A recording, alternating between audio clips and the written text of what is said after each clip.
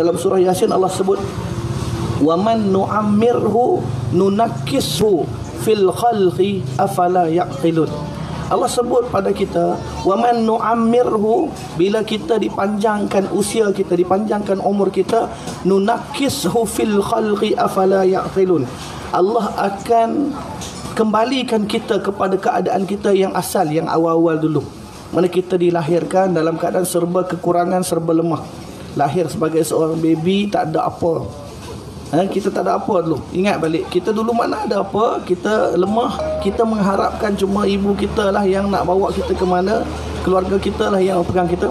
Maka Allah kata, wa man nu'ammirhu, siapa yang Allah Ta'ala panjangkan usia dia, Allah akan kembalikan dia kepada keadaan yang asal. Allah akan balikkan dia. Maknanya apa? Kita akan meningkat usia. Daripada kecil baby, kemudian pergi kepada kanak-kanak, kemudian pergi kepada remaja, lepas tu jadi dewasa, kemudian makin tua. Kemudian bila makin tua, maknanya apa? Umur kita makin lemah, makin ada orang yang sampai dia tak ingat dah apa yang dia buat.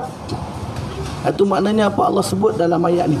Maka bila kaitkan dengan ayat itu, Allah dalam tafsiran ulama ayat Quran berkenaan dengan ni, dia sebut apa?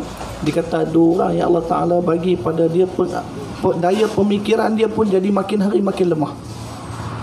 Lepas tu kata dalam dalam perkara ni, kita nak sebut kata apa? Bila masuk je tahun baru, saya nak kaitkan apa? Bila masuk je tahun baru, maknanya apa sebenarnya? Umur kita makin bertambah. Mereka makin bertambah, bukan makin bertambah banyak umur kita, makin bertambah kurang umur kita. Makin bertambah kurang umur kita. Kalau bertambah kurang umur kita, apa yang perlu kita buat? Afala yaqilun, Allah Ta'ala tanya, adakah kamu tidak memikirkan? Kamu tak mau fikir ke? Fikir. Manakala bila umur kita makin bertambah, keadaan kita pun makin lemah, maka kalau kita fikir apa yang perlu kita bawa untuk kita nak jadi orang yang bahagia. Maka dalam Quran, dalam Islam, Allah kita sebutlah berkaitan dengan umur. Umur ini kalau kita tengok maksud asal dia pun dia dikaitkan dengan al-ma'mur. Umur dikaitkan dengan al-ma'mur. Apa maksud al-ma'mur? Al-ma'mur ni maksud pengimarahan ataupun pengisian. Pengisian dalam usia kita.